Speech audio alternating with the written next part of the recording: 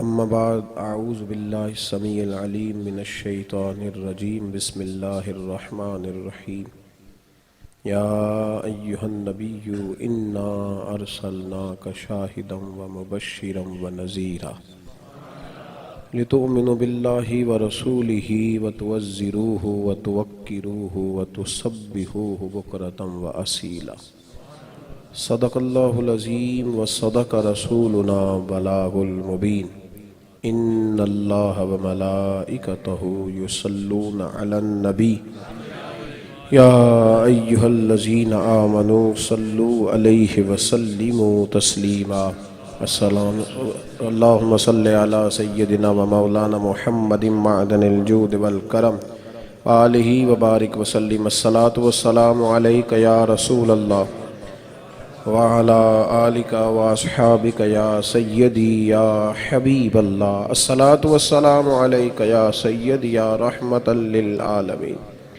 وعلى آلك وأصحابك يا سيدي يا خاتم النبيين حمد و صلاة کے بعد عزیز دوستو بزرگ اور بھائیوں، محفل میلاد مصطفیٰ صلی اللہ علیہ وسلم کے عنوان سے سجی ہوئی اس پاکیزہ محفل میں ہم حاضر ہیں۔ دعا فرمائیں اللہ تعالیٰ دین کے کاموں میں اخلاص کی دولت عطا فرمائے، ہر ریاکاری، تصنع، بناوٹ اور ذاتی مفادات سے اللہ ہمیں محفوظ فرمائے۔ دوستو، قرآن مجید میں اللہ کریم نے فرمایا ہے یا ایہا النبی انا ارسلناک شاہدا ومبشرا ونذیرا، فرمایا اے محبوب ہم نے آپ کو گواہ بنا کے بھیجا ہے، خوشخبری دینے والا اور ڈر سنانے والا بنا کے بھیجا ہے۔ یہ شانیں آپ کو اس لیے دی ہیں لتؤمنوا باللہ ورسولہ، تاکہ لوگ اللہ پہ بھی ایمان لائیں اور اللہ کے رسول پہ بھی ایمان لائیں، وتعزروہ وتوقروہ، پھر آپ کی تعظیم اور توقیر کریں، وتسبحوہ بکرۃ واصیلا، پھر صبح و شام اللہ کی پاکیزی بیان کریں، صبح و شام اللہ کی پاکیزگی بیان کریں۔ ماں باپ کے حقوق ہوتے ہیں اور ان حقوق کی جنگ لگی ہوئی ہے، ہر آدمی کے کچھ نہ کچھ حقوق ہیں، ان کی جنگ لگی ہے۔ ماں باپ حقوق مانگتے ہیں، اولاد اس پر حیل و حجت کا مظاہرہ کرتی ہے، بیوی بھی حقوق مانگ رہی ہے اور اس کے مقابلے میں خامد بھی کہہ رہا ہے تو بھی تو نہیں نا میرے حق ادا کرتی۔ حقوق کی جنگ لگی ہے، لیکن انسان اپنے حقوق کی جنگ میں نا اللہ رسول کے حق بھول گیا ہے۔ جس طرح ہمارے ذمے ماں باپ کے حقوق ہیں، جس طرح بیوی کے حقوق ہیں، خاوند کے حقوق ہیں، رشتہ داروں کے حقوق ہیں، اس طرح ہمارے ذمے نبی پاک کے بھی حقوق ہیں صلی اللہ تعالی علیہ وسلم۔ ہمارے ذمے حق ہیں جو ہم نے ادا کرنے۔ امت پر نبی پاک کے حقوق ہیں، اس پر پوری کتابیں لکھی ہیں ہمارے محدثین نے کہ امت کی ذمہ داری ہے اپنے نبی کے ان حقوق کو ادا کرے۔ یہ جو آیہ کریمہ میں نے پڑھی اس میں بھی اللہ تعالیٰ نے رسول پاک کے حقوق بیان فرمائے ہیں۔ توجہ ہے میری بات پر آپ حضرات کی؟ تھوڑا زیادہ غور کریں کہ عرض کر رہا ہوں۔ میں نے انشاءاللہ وقت بھی اثر میں محدود ہے، اور ویسے بھی اعلیٰ حضرت رحمت اللہ علیہ نے لکھا ہے کہ جس شخص نے کسی کا وقت ضائع کیا اس نے بھی قیامت میں حساب دینا ہے۔ تو میں کوئی بات کھینچ کے لمبی کر کے وقت گزارنے کے لیے نہیں کروں گا، جو ہوتا ہے نا پیغام وہ تو پیغام ہی ہوتا ہے۔ کوشش کروں گا کہ ایک ہی آنسو میں کہہ جاؤں گا میں دل، طوفان بیجا لانے سے بھی چشم فائدہ، دو اشک ہی کافی ہیں اگر اثر کریں تو۔ میرے بھائی توجہ کرنی ہے آپ نے بات میں، اور زیادہ توجہ کرنی ہے۔ ہمارے ذمہ نبی پاک کے حقوق ہیں، ہم نے وہ حق ادا کرنے۔ رسول پاک کا پہلا حق یہ ہے کہ ہم نبی پاک علیہ الصلوۃ والسلام کی ہر بات پر ایمان لائیں۔ دوسرا حق یہ ہے کہ ہر چیز سے بڑھ کر اپنے نبی کی تعظیم و توقیر کریں، اور اسی سے متصل تیسرا حق یہ ہے کہ ہم ساری کائنات سے بڑھ کر اپنے نبی سے محبت کریں۔ اور پھر نبی پاک کا یہ حق ہے کہ ہماری خواہشات نبی پاک کی تعلیم کے تابع ہو جائیں۔ اللہ کرے جلدی سمجھ آ جائے آپ کو، مجھے زیادہ وضاحت نہ کرنی پڑے۔ بھائی ہماری خواہشات، ہمارے دل میں کوئی ایسی خواہش ہی نہ ہو جو حضور کی شریعت کے خلاف ہو، یہ نبی پاک کا حق ہے۔ حضور نے فرمایا ہے، جامع ترمذی میں فرمان ہے، فرمایا تم مومن اس وقت بنو گے جب تک تمہاری خواہشات میرے دین کے تابع نہیں ہو جاتی۔ یہ حضور کا حق ہے، اور نبی پاک کا یہ حق ہے کہ امت حضور کے دین کی نصرت کرے۔ تھوڑی سی کو کم کر دیں جی ساؤنڈ والے بھائی۔ نبی پاک کے دین کی نصرت کرے، مدد کرے امت، اور نبی پاک علیہ الصلوۃ والسلام کے دین داروں سے امت پیار کرے، اور حضور کے دین کے دشمنوں سے نفرت کرے۔ دین نفرت بھی سکھاتا ہے میرے بھائی، محبت بھی سکھاتا ہے، اور آپ گھورنے لگے ہیں نا مجھے تھوڑا تھوڑا یہ بات سن کے۔ سنیں، پوری حدیث پورا ایک باب ہے بخاری مسلم میں، الحب للہ والبغض للہ، یعنی 2-4 حدیثیں نہیں، پورا باب ہے۔ اللہ کے لیے محبت بھی کرو اور اللہ کے لیے بغض بھی رکھو۔ یہ پورا باب ہے بخاری مسلم کا، 2-4 حدیثیں نہیں، مشکات کا پورا باب ہے۔ نبی کریم نے فرمایا من احب للہ وابغض للہ واعطى للہ ومنع للہ فقد استکمل الایمان، او کما قال نبی صلی اللہ علیہ وسلم، رواہ البخاری و مسلم۔ حضور نے فرمایا جو اللہ کی رضا کے لیے محبت کرے اور اللہ کی رضا کے لیے بغض رکھے، اللہ کی رضا کے لیے کسی کو کچھ دے اور اللہ کی رضا کے لیے کچھ منع کرے، فقد استکمل الایمان، اس بندے نے اپنا ایمان مکمل کر لیا ہے۔ یہ حضور کے حق ہیں۔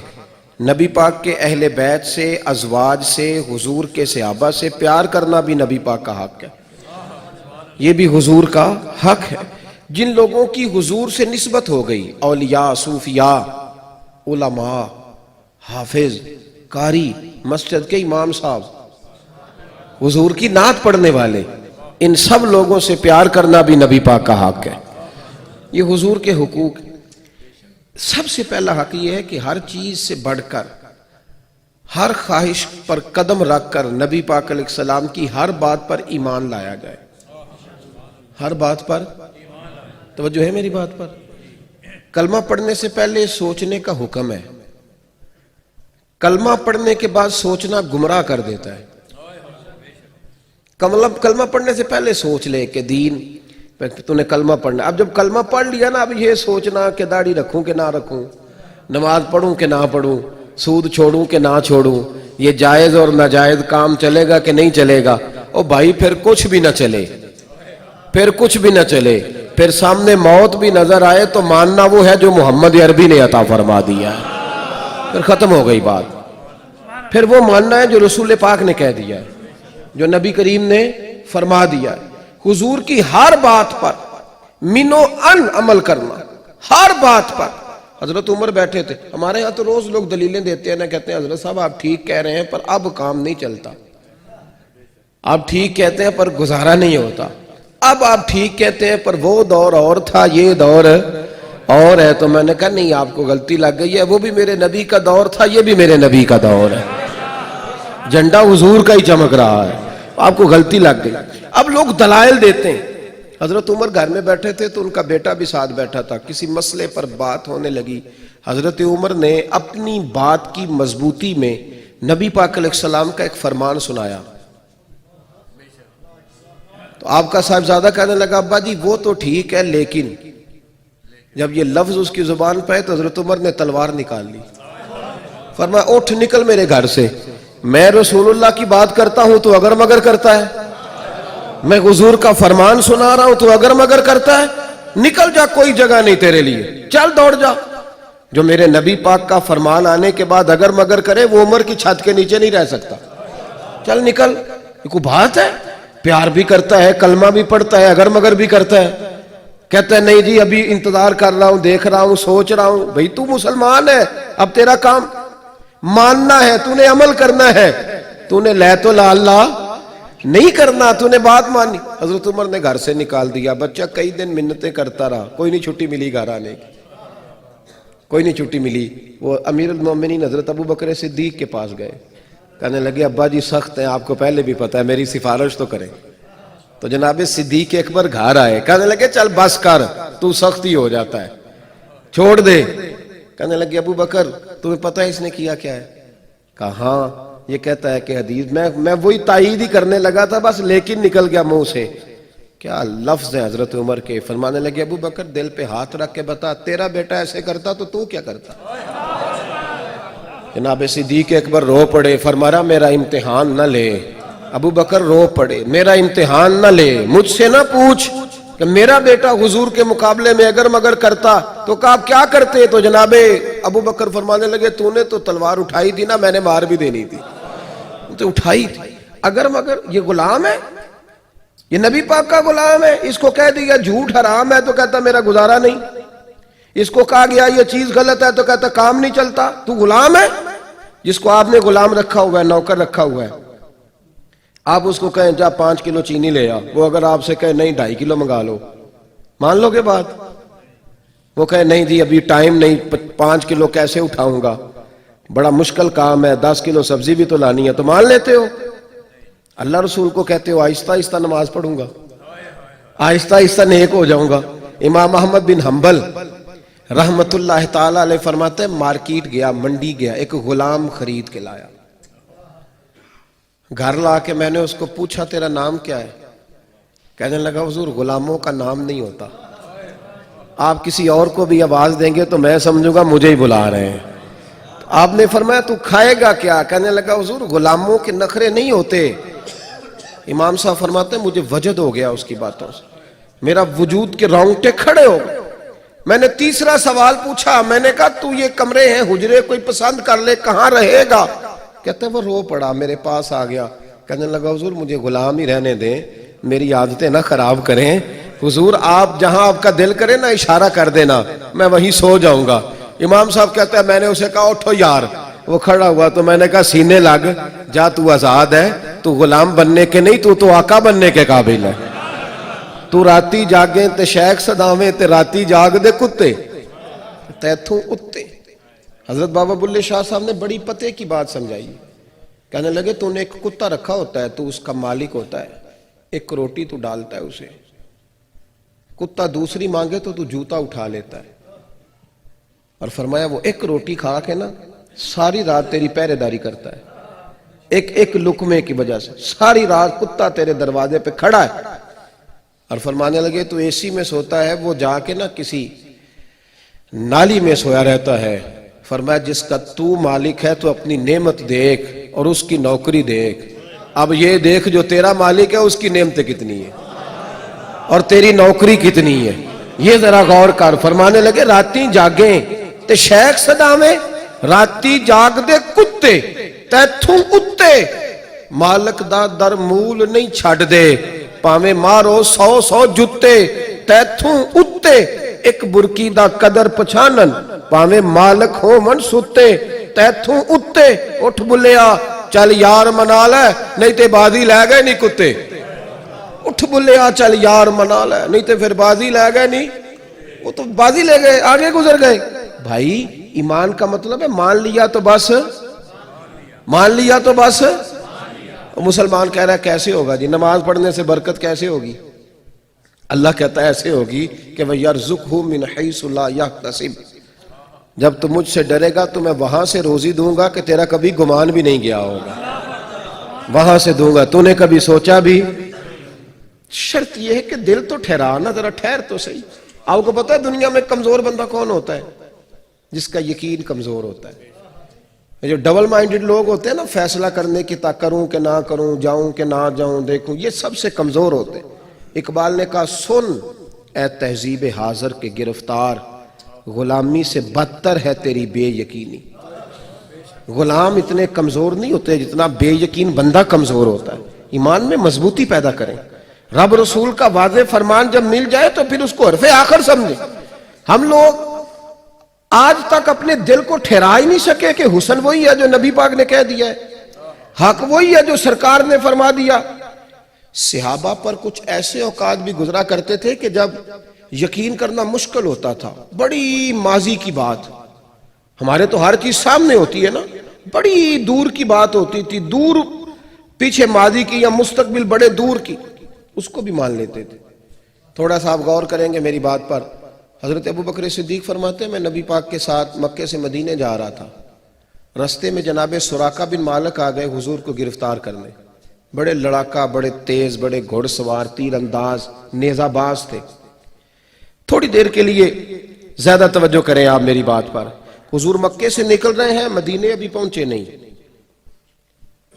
مکے سے نکل رہے ہیں، مکے والوں نے ستایا ہے، مدینہ طیبہ ابھی گئے نہیں، کسی ایک گاؤں پر بھی مسلمانوں کی حکومت نہیں، اور اس وقت کی سپر پاور طاقت کا نام تھا کسرا، شاہ روم، اور یہ کسرا کے علاقے اور روما کی طاقتیں بڑی پاورفل تھی، اور ابھی اسلام کی ایک گاؤں پہ بھی حکومت نہیں۔ نبی کریم مکے سے مدینے جا رہے تھے، سراقہ بن مالک گرفتار کرنے آ گئے، ابو جہل نے اعلان کیا جو ان کو معاذ اللہ گرفتار کرے گا 100 سرخ اونٹ ملیں گے۔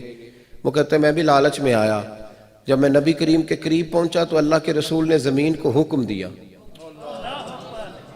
عرش پہ تازہ چھیڑ چھاڑ، فرش پہ طرف دھوم دھام، کان جدھر بھی لگائیے تیری ہی داستان ہے۔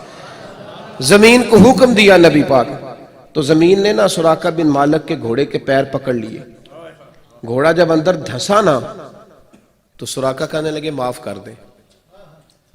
کتنا مشکل ہے اس دور میں معاف کرنا، لوگ صلح کر لیتے ہیں پر معاف، صلح کر لیتے ہیں، معافی کہتے چلو چودھری صاحب سردار صاحب کہہ رہے ہیں صلح کر لیتا ہوں، پھر جب میرے قابو آئے گا نا صلح کرتے ہیں، معافی کتنا مشکل ہے معاف کرنا، لیکن یہ میرے محبوب کا جو دین اتنا پھیلا ہے نا، اس میں سب سے زیادہ حصہ میرے نبی کے معاف کر دینے کا ہے، بڑا معاف کرتے تھے حضور، بڑا۔ سراقہ کہنے لگے معاف کر دے، 1 منٹ نہیں لگایا حضور نے، فرمایا جا معاف کیا، اسی وقت معاف کیا۔ ہم تو معافی دیتے ہی نہیں، اللہ کرے اللہ معاف کر دیتا ہے، بندے بڑی دیر کرتے ہیں۔ اور ایک حدیث سن لو مسند امام احمد بن حنبل کی، مجھے یاد آ رہی ہے، سن لو اور اس کو رٹ کے یاد کر لینا۔ نبی کریم علیہ السلام نے فرمایا جس کا بھائی اس کے پاس معافی مانگنے آیا اور اس نے معاف نہ کیا، فرمایا وہ میرے حوض کوثر پہ نہ آئے، میں اسے جام نہیں پلاؤں گا۔ ڈٹ کے بیٹھ جانا، انا کے بت بنا کے بیٹھ جانا۔ 10 دفعہ آئے ہیں بچے منانے کے لیے کہ شادی ہے، چلو چاچا جی چلے، ماموں چلیں، لیکن ڈٹ کے، اگرچہ بت ہیں جماعت کی آستینوں میں، اور مجھے ہے حکم ازاں لا الہ الا اللہ، ڈٹے رہنا ہر وقت اپنی انا کو تسکین۔ اور بھائی انا تو سچی بھی ہو تو صحیح نہیں ہوتی، اور اگر جھوٹی ہو تو بالکل ہی خراب ہے، بس کر دیں، نکلیں اس بات سے۔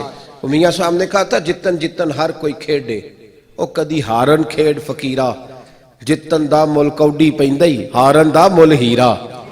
کبھی ہارنا بھی تو سیکھنا کہ تو جیتنے کے لیے میدان میں آیا ہوا ہے۔ سنیں اور یاد رکھیں، نبی کریم علیہ السلام نے معاف کر دیا۔ سراقہ کہتے ہیں میرے دل میں خیال آیا کہ شاید نا بندہ مانتا ذرا مشکل سے ہے نا، مانتا ہی نہیں، اسے پورا پتہ چل جاتا ہے کہ یہ پیر میری تربیت کر سکتا ہے، لیکن پھر بھی کہتا ہے نہیں تھوڑا سا انتظار کر لو۔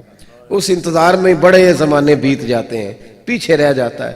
کہنے لگے جب میں نے کہا نہیں ویسے ہی پھسل گیا ہوگا گھوڑا، ایسے ہی کچھ ہو گیا ہوگا، میں نے پھر حملہ کرنا چاہا نبی پاک پہ، حضور نے پھر زمین کو حکم دیا، گھوڑا پھر دھسنے لگا۔ کہتے ہیں جب دھسنے لگا تو میں نے پھر معافی مانگی، اور میرے اندر اب گدگدی تھی کہ دوبارہ معافی نہیں ملے گی، لیکن میں نے معافی کے لفظ ابھی پورے ادا نہیں کیے تھے، مصطفیٰ کریم نے پہلے معاف فرما دی، ہو گئی معافی۔ تیسری دفعہ پھر گھوڑا میرا، میں پھر حملہ کرنے لگا، گھوڑا پھر پکڑ لیا زمین نے۔ کہتے ہیں میں نے پھر معافی مانگی تو حضور مسکرا پڑے۔ پتہ کیا کہتے ہیں بریلی کے امام اعلیٰ حضرت فرماتے ہیں جس کے گچھے سے لچھے جڑے نور کے، جس کے گچھے سے لچھے، یہ دانتوں کو گچھے کہا نور کے، اور کہتے ہیں پھر وہ ہلکی ہلکی روشنی نہیں نکلتی تھی، پورے کے پورے گچھے ہی حضور کے دانتوں سے نکلتے تھے۔ فرمانے لگے جس کے گچھے سے لچھے جڑے نور کے، ان ستاروں کی نزہت پہ لاکھوں سلام، اور ان کی باتوں کی لذت پہ بے حد درود، ان کے خطبے کی ہیبت پہ لاکھوں سلام، اور جس کی تسکین سے روتے ہوئے ہنس پڑے اس تبسم کی عادت پہ لاکھوں سلام۔ کہتے حضور زیر لب مسکرائے ہلکا سا، میں نے معافی مانگی نا تیسری دفعہ تو مسکرائے، اور فرمانے لگے جا میں نے پھر تجھے معاف کیا۔ کہتے اب میرے اندر سے آواز آئی کہ جو اتنی دفعہ معاف کرے وہ جھوٹا نہیں ہو سکتا، میں نے بلند آواز سے کلمہ پڑھنا شروع کر دیا، تو میں مسلمان ہوا۔ کسرا کا جو بادشاہ تھا نا اس کے کنگن بڑے مشہور تھے، وہ سونے کے موٹے موٹے کنگن پہنتا تھا، تو جب بات کرتا تھا تو آپس میں بجتے تھے، جس طرح آپ کے وزیر اعظم کچھ گزرے ہیں ان کی گھڑیاں بڑی مشہور نہیں تھی۔ آپ کے ملک میں ایک ایسا وزیر اعظم بھی رہا ہے غریب ملک میں، جو دلی سے کپڑے خریدا کرتا تھا اور اٹلی سے سلوایا کرتا تھا. یہ بھی ہوا ہے اس قوم. اس کے باوجود ہمیں غریبوں کی باتوں پہ رونا بھی آ ہی جاتا ہے. اس کے باوجود دکھ بھی ہمیں لگے ہوئے ہیں. یہ ساری باتیں اپنی جگہ پہ, لیکن اس کے باوجود ہم اچھی تقریر کر لیتے ہیں غریبوں کے حق میں. وہ ساری ہمیں رٹی رٹائی باتیں پھر بھی یاد ہے. کیا تماشا ہے جس دور میں لٹ جائے غریبوں کی کمائی, اس دور کے سلطان سے کوئی بھول ہوئی ہے. تو اس کے کنگن بڑے معروف تھے, جب بات کرتے ہاتھ ہلاتا تھا تو آپس میں بجتے تھے, زمانہ جانتا تھا. تو نبی رحمت علیہ السلام نے وہاں کھڑے کھڑے, پھر بات کو سمجھیے گا, مکے سے نکل رہے ہیں, مدینے ابھی گئے نہیں, وہاں کھڑے کھڑے نبی کریم نے فرمایا سراقہ تو مجھے گرفتار کرنے آیا ہے, حالانکہ میں تیرے ہاتھوں میں وہ کسرا کا علاقہ فتح ہوگا, میرے غلام گرا دیں گے سلطنت, بادشاہ کو قابو کریں گے, اس کے کنگن اتاریں گے اور تیرے ہاتھوں میں وہ کنگن آئیں گے. آج کے زمانے کے لوگ ہوتے تو کہتے ہیں اللہ خیر ہی کرے, ابھی تو ایک گاؤں پہ بھی حکومت نہیں. تو آپ کون سپر پاور کی بات کر رہے ہیں, کب فتح ہوگا, کون جیتا ہے, تیری زلف کے سر ہونے تک. حضرت ابو بکر صدیق وہیں کھڑے کھڑے کہنے لگے یا رسول اللہ, پھر تو اللہ ہمیں بڑی شانیں عطا کرنے والا ہے. فرمایا بڑا مقام ملے گا. حضرت سراقہ کے ساتھ حضور کا وعدہ ہو گیا. اب کنگن آئے نہیں, فتوحات ابھی شروع ہوئی تھی, مکہ فتح ہوا تھا, کچھ عرصے کے بعد محبوب کا وصال ظاہری ہو گیا, ابھی بڑی دور ہے کسرا کے علاقے. حضرت عمر کا ابتدائی دور تھا, جناب سراقہ بن مالک جہاد پہ گئے. صاحب طبقات نے روایت لکھی ہے, کہتے ہیں جہاد پر گئے, یہودی قلعہ بند ہو گئے. ایک بہت بڑا قلعہ تھا, اس کے اندر یہودی بند ہو گئے, بڑا سا دروازہ تھا. دیکھیں نا آپ نے پرانے قلعے, ان کے بڑے بڑے لکڑی کے دروازے, چھوٹی اینٹ کے بنے ہوتے تھے, دیواریں تو اوپر چڑھ بھی کوئی نہیں سکتا تھا, نہ وہ باہر نکلتے ہیں نہ لڑتے ہیں.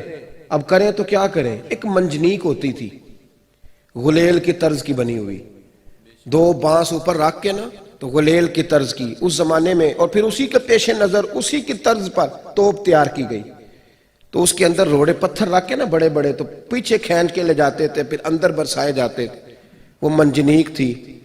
جب وہ یہودی دروازہ نہیں نہ کھول رہے تھے تو جناب سراقہ بن مالک فرمانے لگے, ادھر دیکھیے گا میری طرف, فرمانے لگے اس طرح کرو, مجھے منجنیک میں رکھ کے اندر پھینکو, میں اندر سے جا کے دروازہ کھولتا ہوں. حضرت سعد بن ابی وقاص رضی اللہ تعالیٰ عنہ لیڈ کر رہے تھے, کہنے لگے سراقہ سیاںا بن, پہلی تو بات یہ ہے کہ آپ اندر جب جائیں گے تو یہودی آپ کو چھوڑیں گے نہیں, اور چھوڑیں گے تو وہ تب نہ کہ جب ہم آپ کو گرائیں گے تو آپ کی کوئی ہڈی پسلی بچے گی تو آپ ان کے قابو آئیں گے. تو آپ مہربانی کریں. کیا ایمان ہے, کیا تقاضے ہیں. جب عشق سکھاتا ہے آداب خود آگاہی, کھلتے ہیں غلاموں پہ اسرار شہنشاہی.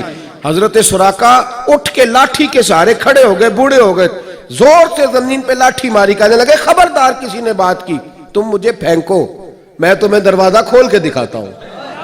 پھینکو نا مجھے, ابھی کھولتا ہوں دروازہ, پھینکو. صحابہ کہنے لگے آپ بتائیں آپ کیسے بچیں گے. فرمایا یہ بعد میں بتاؤں گا, کیونکہ ابھی بتایا تو لوگوں کی حسرت باقی رہے گی. منجنیک میں رکھ کے اندر پھینکا, چند گھڑیاں گزری کو جناب سراقہ بن مالک نے دروازہ کھول دیا. فرمایا آؤ پکڑ لو یہودیوں کو.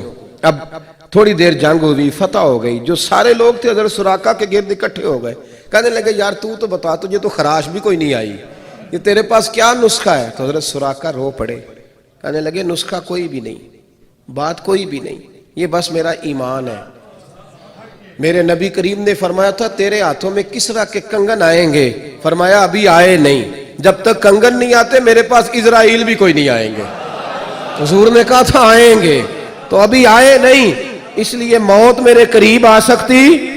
وہ آئیں گے کنگن تو پھر موت آئے گی, وہ نہیں آئے گی میرے قریب, اس لیے کہ میرے رسول نے فرمایا تھا. ساڈے نبی دی زبان ساڈے واسطے قرآن, حضور نے کہا تھا. لہذا یہ کیسے ہو, یہ ایمان ہے ان کا, یہ مضبوطی ہے. ان کی تلواریں نہیں لڑتی تھی, ان کا ایمان لڑا کرتا تھا, وہ قوت لڑتی تھی. آج تو لوگ دلائل دیتے ہیں, ہر بات پہ دلائل, وہ خدا رسول کے معاملے میں بھی دلائل دیتے ہو. حضرت عمر کا آخری دور جب آیا تو بوڑھے ہو گئے جناب سراقہ بن مالک, یہ بھویں جھک گئیں, آنکھوں پہ آ گئیں, اٹھا نہیں جاتا, پوتے بھی جوان ہو گئے, علاقہ فتح ہو گیا, کنگن بھی آ ہی گئے. حضرت عمر رضی اللہ تعالیٰ عنہ کے سامنے جب آئے تو جناب عمر رو پڑے, فرمانے لگے جاؤ کوئی سراقہ کو بلا کے لاؤ. سراقہ کو ان کے پوتے کہنے لگے دادا سے اٹھا نہیں جاتا، اب نہیں وہ چل سکتے. فرمایا نا، ایک دفعہ کان میں جا کے کہہ دینا کہ سراقہ کنگن آ گئے، تم کہہ دینا، دیکھنا پھر کیسے اللہ زلیخا کو جوانی دیتا ہے. ایک دفعہ پہنچنا تو صحیح. کہتے ہیں جا کے کان میں کسی نے بتایا سراقہ کنگن آ گئے، اللہ اکبر کہہ کے اٹھے، دوڑ کے آئے. اور جناب ابو ہریرہ فرماتے ہیں جب انہیں کنگن ڈالے جا رہے تھے، عمر جیسا دلیر بھی رو رہا تھا، حضرت سراقہ بھی رو رہے تھے، میں بھی رو رہا تھا، وہاں جتنا مجمع تھا سارا رو رہا تھا. اور سارے کہہ رہے تھے کہ دیکھو اللہ کریم نے اپنے نبی کو صداقتوں کے کس قسم کے خزانے عطا فرمائے. کب ایمان مضبوط ہوگا لوگ؟ کب وہ اس بات کو سمجھیں گے کہ ہماری ساری بلائیاں نبی پاک کے فرمان میں موجود ہیں؟ آپ اس درد کو نہیں سمجھتے چونکہ زمانہ بدل گیا ہے نا. لیکن کبھی کبھی نا طبیعت تو چاٹ ہوتی ہے، کبھی کبھی کوئی زیادہ وقت تو مجھے نہیں ملتا، مصروفیت رہتی ہے، کبھی کوئی ٹاک شو دیکھنے کا موقع ملے نا تو کسی وقت اتنا غصہ آتا بند کر دیتا ہوں. کیا بات کرتے ہو؟ ہمیں یورپ کی مثال سنا کے بات سمیٹ دیتے ہو، ہمیں امریکہ کی بات بتا کے، فرانس کی بات بتا کے، جی معیشت فلانے ملک کی مثال لے لو، فلاں ملک کی یہ کیا بات ہوئی؟ کوئی ایک اینکر بھی نہیں بچا، ایک بھی ٹی وی میں بیٹھا ہوا جو یہ کہے کہ ہمیں کوئی ضرورت نہیں کسی سے معیشت سیکھنے کی، ہمیں معیشت کا سارا رنگ محمد عربی نے عطا فرمایا ہے. یہ کون ڈسکس کرے گا؟ ہماری ساری مثالیں ادھر ہی گھومتی ہیں، سارا کچھ ہمارا ادھر ہی گھومتا ہے، حالانکہ سارا کچھ رسول پاک نے عطا فرمایا.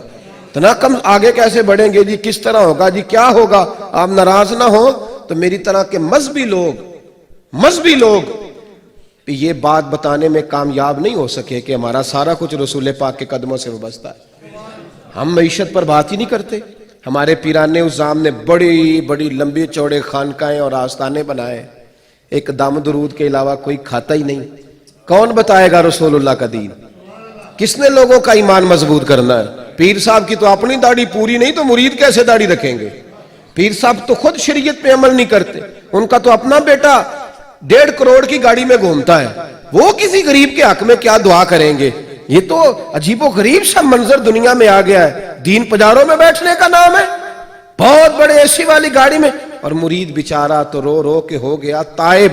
کاش اس پیر مغاں کو بھی مل جاتی توبہ کی توفیق، اللہ کرے یہ بھی رو پڑتا، اسے بھی خیال آتا، کچھ خیال ہو. نبی پاک کے دین پر عمل، کبھی قطن وہ لوگ دائیں بائیں نہیں نکلتے تھے. جو حضور نے فرما دیا اس پر صحابہ ڈٹ گئے، جو نبی پاک نے کہہ دیا اس پر وہ کھڑے ہو گئے. حضرت ام سلمہ رضی اللہ عنہ، یہ بخاری مسلم کی حدیث ہے، آپ فرماتی ہیں میرے شوہر کا نام حضرت ابو سلمہ تھا اور وہ بڑے شفیق آدمی تھے.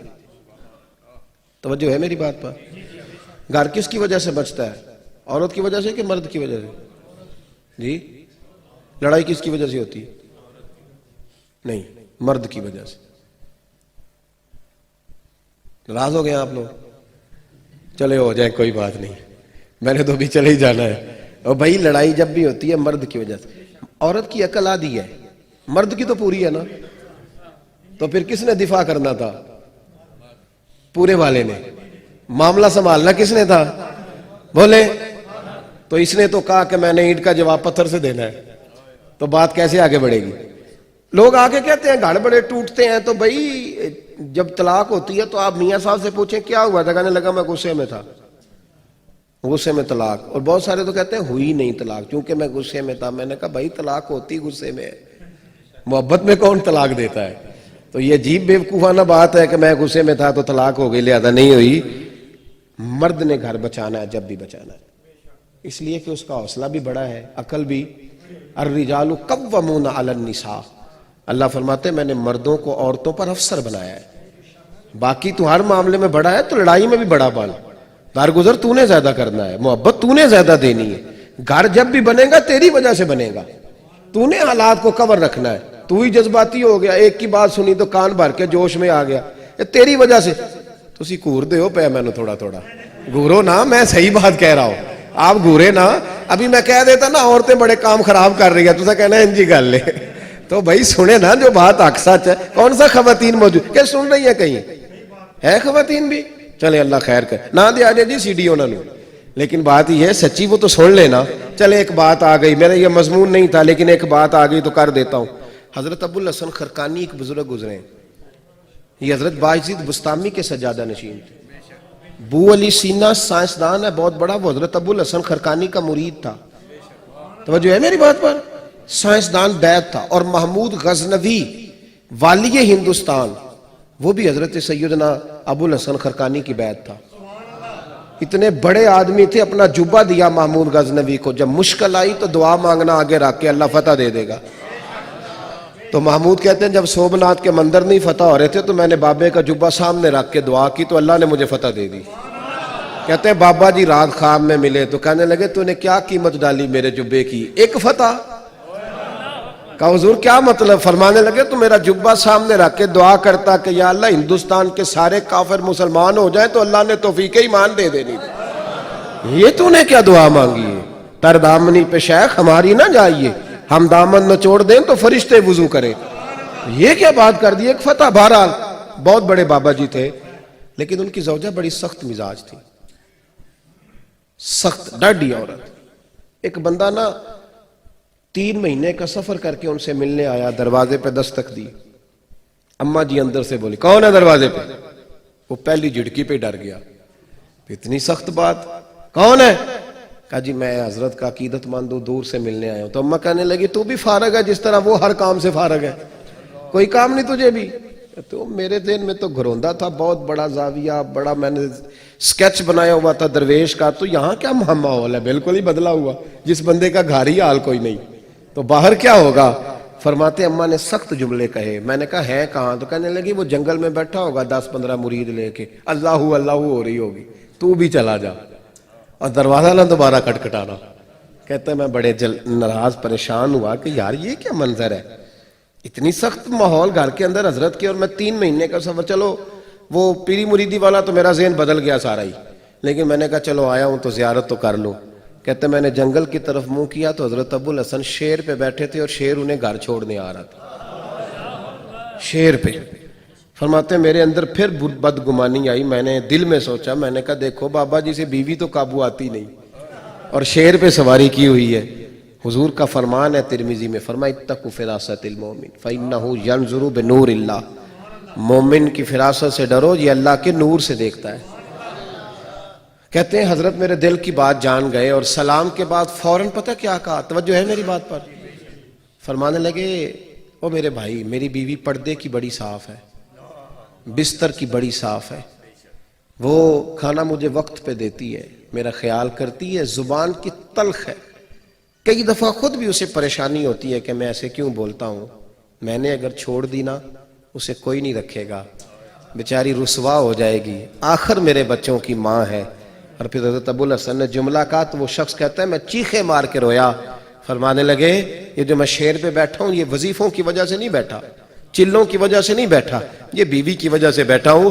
فرمانے لگے میں اس بد زبان سے حسن سلوک کرتا ہوں، اللہ نے یہ بے زبان مخلوق میری فرما بردار بنا دی۔ او بھائی کس طرح کر کے نظام زندگی چلے گا؟ میرا یہ عنوان نہیں، ورنہ میں اس پر بڑی باتیں کر سکتا ہوں، عنوان نہیں، حالانکہ ہر ایک موضوع کی آج کل ضرورت ہے، ہر اصلاحی موضوع کی ضرورت ہے، پر میں ادھر جاتا نہیں۔ حضرت ام سلمہ رضی اللہ تعالیٰ عنہ کہتی ہیں میرے شوہر حضرت ابو سلمہ بڑے شفیق، بڑے مہربان آدمی، مدینے میں اتنا شوہر پیار کرنے والا دوسرا تھا ہی کوئی نہیں جتنے میرے شوہر تھے۔ کہتے ہیں مسجد نبی میں جب ہوتے نا تو نبی کریم علیہ السلام کی جو بات بھی سنتے مجھے گھر آ کے بتاتے، آپ بھی بتایا کریں گھر جا کے، ہم اپنی مرضی کی باتیں گھر جا کے بتاتے ہیں کہ آج خطیب صاحب نے کہا ہے کہ اگر سجدہ کسی اور کو جائز ہوتا تو خامند کو ہوتا، یہ روز سناتے ہیں حدیث، تو وہ بھی کہہ دیتی ہے ٹھیک ہے میں نے بھی حدیث سنی ہے، نبی پاک علیہ السلام نے فرمایا بہتر وہی ہوتا ہے جو اپنی بیوی کے حق میں بہتر ہو، میں نے بھی سنی ہے حدیث، اس نے بھی پھر اس طرح کی یاد کر لی ہے۔ حالانکہ یہ حدیثیں بیٹیوں کو سنانی چاہیے، بہنوں کو سنانی چاہیے، وہ ہمارے منہ سے سنیں گے تو اثر قبول کریں گے، ورنہ تو دوسرا زاویہ ہوتا ہے۔ حضرت ام سلمہ کہتے ہیں بڑا ہی پیار کرتے، جو بات سنتے نا مجھے آ کے سناتے۔ ایک دن آئے تو کہنے لگے لے ام سلمہ آج تو میں تحفہ لایا ہوں تیرے لیے۔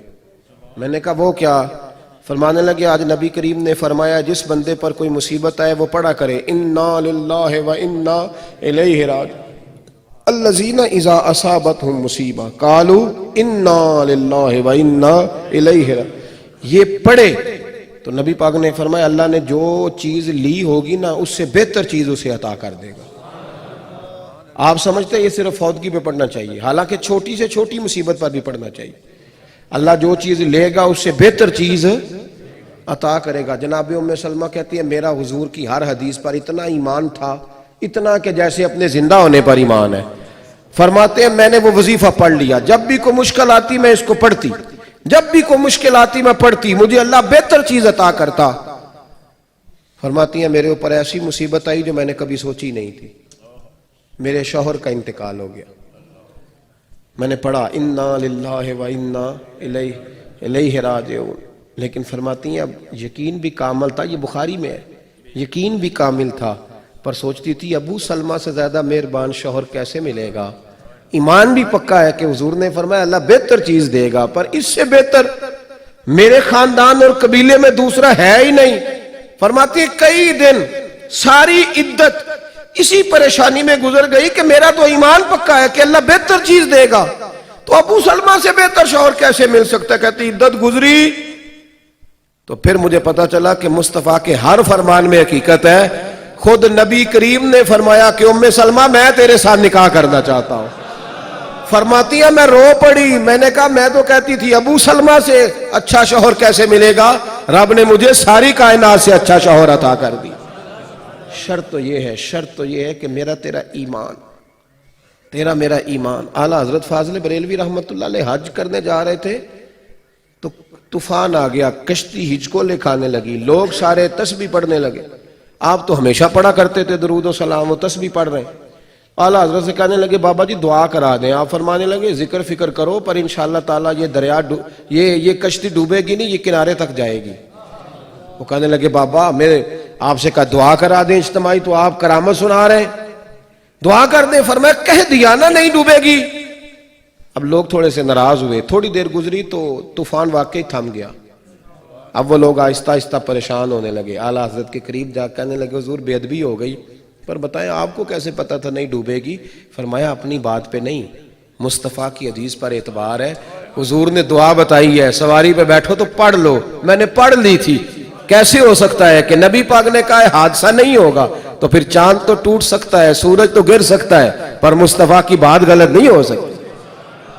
مسئلہ تو یہ ہے کہ یہاں ایمان کی وہ کمزوری ہم سوچ رہے ہیں، آپ ناراض نہ ہوئیے گا بالکل بھی۔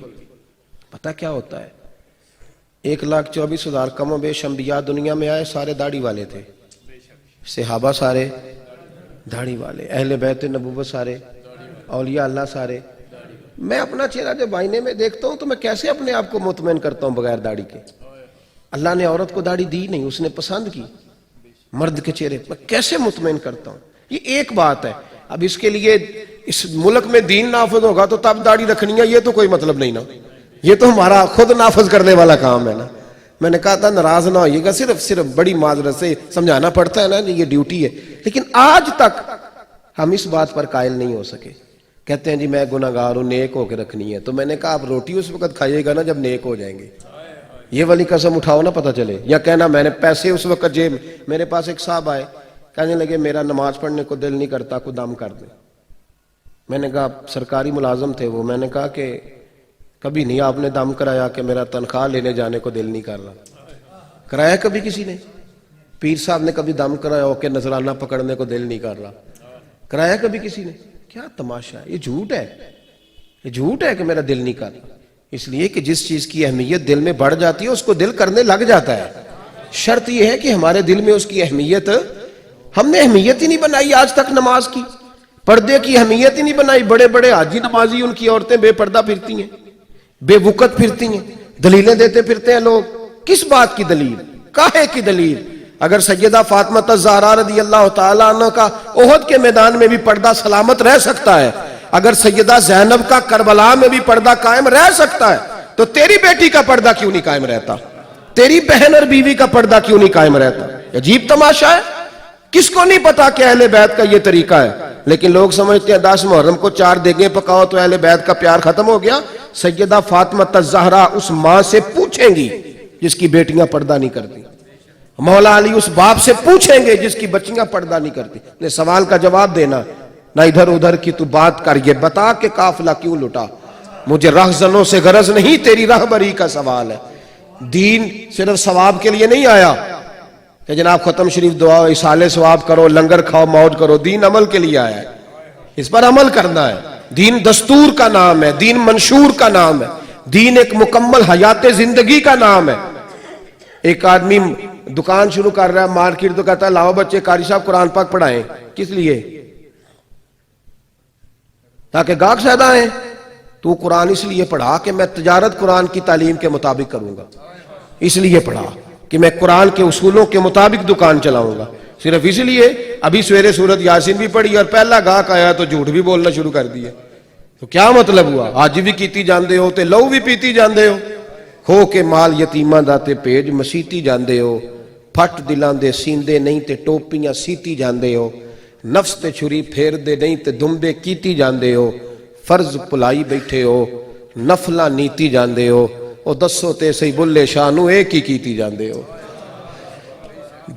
دین عمل کے لیے آیا ہے، ایمان کے لیے آیا ہے، اس پر عمل کریں، اس کو نافذ کریں۔ نہیں کسی کو اچھا لگتی میری پگڑی داڑھی تو بھائی مجھے پریشان نہیں ہونا چاہیے، اس لیے کہ میرے مصطفیٰ کو تو اچھی لگتی ہے نا، مجھے تو ان کو راضی کرنا ہے۔ میرے بھائی آج کا پیغام یہ ہے کہ ایمان کی قوت کو جگائیں، اس کو مضبوط کریں۔ آپ کھڑے تو ہوں، اور اللہ کیا کہتا ہے؟ ان الذین قالوا ربنا اللہ ثم استقاموا تتنزل علیہم الملائکہ، فرمایا تو میرا نام لے کے ڈٹ جا، میں تیری مدد کے لیے فرشتے بھی نازل کر دوں گا۔ تو ڈٹ تو صحیح نا، کہیں کھڑا تو ہونا، تو ہر وقت ڈبل مائنڈڈ ہے، تو نفسیاتی مریض ہی ہو گیا، کروں کہ نہ کروں، چلوں کہ نہ چلوں۔ اس سے نکل آئیے، ایمان بالرسالت مضبوط کیجئے۔ دعا کرتا ہوں اللہ کی بارگاہ میں جو میں کہہ سکا اللہ قبول فرمائے، جہاں دوران گفتگو بھول گئے اللہ ہم سے درگزر فرمائے۔ آخر دعوایا ان الحمدللہ رب العالمین۔